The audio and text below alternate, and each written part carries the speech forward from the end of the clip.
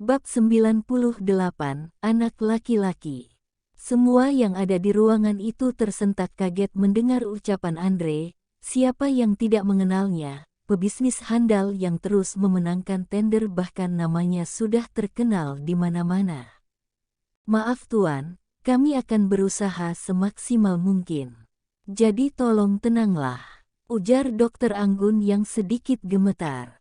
Lakukan tugas kalian, pinta Andre.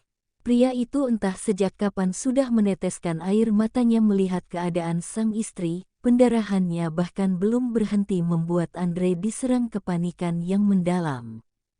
Bertahanlah sayang, bisik Andre di telinga Ayumi. Cepat suntik Nyonya Ayumi Sinta. Perintah Dokter Anggun langsung diangguki oleh dokternya Sinta. Suster cepat pasang selang infusnya. Perintahnya lagi.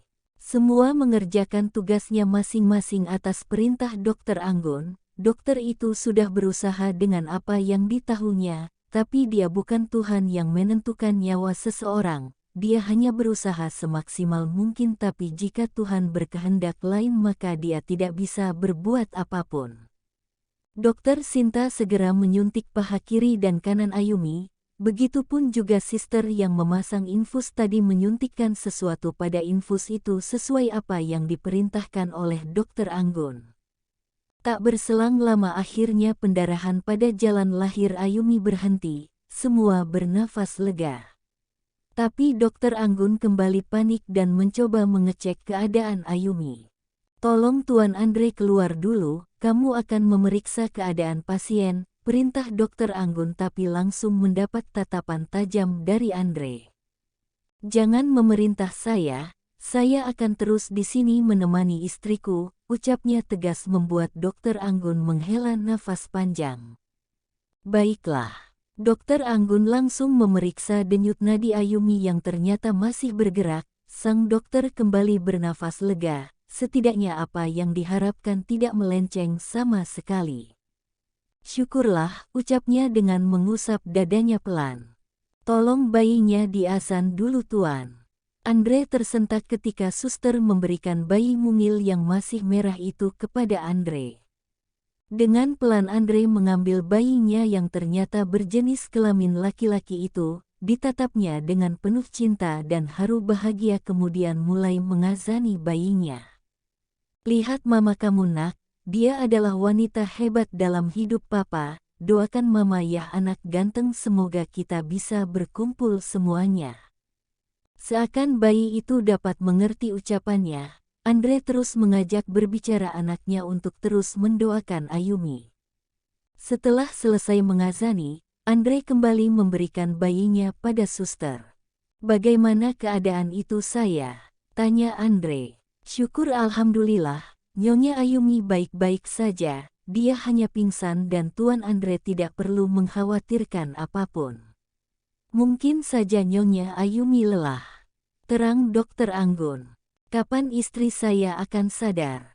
Kami belum bisa memastikannya Tuan, tapi jika Nyonya Ayumi sudah sadar tolong segera panggil saya.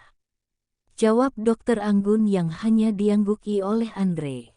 Dokter Anggun kemudian beranjak dari sana. Sebelum pergi Dokter Anggun memerintahkan Sinta dan suster lainnya untuk membersihkan ruangan itu. Kami akan segera memindahkan Nyonya Ayumi ke ruangannya. Jika Tuan Andre tidak keberatan tolong keluar sebentar. Kami ingin membersihkan sisa diet rah, pinta Dokter Sinta dengan sopan. Helaan nafas keluar dari mulut Andre, baiklah. Tolong jaga istri saya. Pinta Andre kemudian mengecup pucuk kepala Ayumi dan keluar dari ruangan itu. Ceklek. Saat keluar tatapan tertuju pada Andre tanpa terkecuali, bahkan di sana juga sudah ada Astrid yang baru pulang dari kegiatan kampusnya. Bahkan gadis itu tak sempat beristirahat sejenak karena begitu khawatir saat mendengar jika kakak iparnya akan melahirkan. Mata Andre mulai mengembun ketika melihat keluarganya terutama pada Andita. Dengan langkah lebar Andre langsung memeluk Andita dengan erat diiringi dengan tangis yang pecah. Andita hanya diam. Selama Andre dewasa baru kali ini Andita melihat putranya menangis sesungguhkan. saat bercerai dengan Clara dulu, Andre terlihat biasa saja padahal Clara adalah cinta pertamanya. Maaf, bisik Andre di telinga Andita. Semua orang menatap Andre yang menangis di pelukan Andita. Entah apa yang terjadi di dalam, tapi setahu mereka jika Ayumi sudah tidak apa-apa. Begitulah penjelasan dari Dokter Anggun ketika keluar lebih dulu daripada Andre. Ada apa nak? Tanya Andita ketika pelukannya dengan sang putra terlepas. Hembusan nafas berat dikeluarkan Andre untuk menetralkan rasa sedihnya. Sebenarnya dia sedikit malu di depan mertuanya. Apalagi dia sampai menangis, tapi rasa sedih itu tiba-tiba begitu saja. Andre cuma mau minta maaf sama mama, maaf jika selama ini Andre selalu melawan mama. Andre sering bandel waktu kecil dan juga Andre kadang melawan mama. Ucap Andre dengan tulus. Andita tersenyum melihat putranya, tentu dia dapat mengerti mengapa Andre tiba-tiba meminta maaf padanya. Tidak apa-apa sayang, mama mengerti. Jadi pesan mama tolong jaga istrimu dengan baik.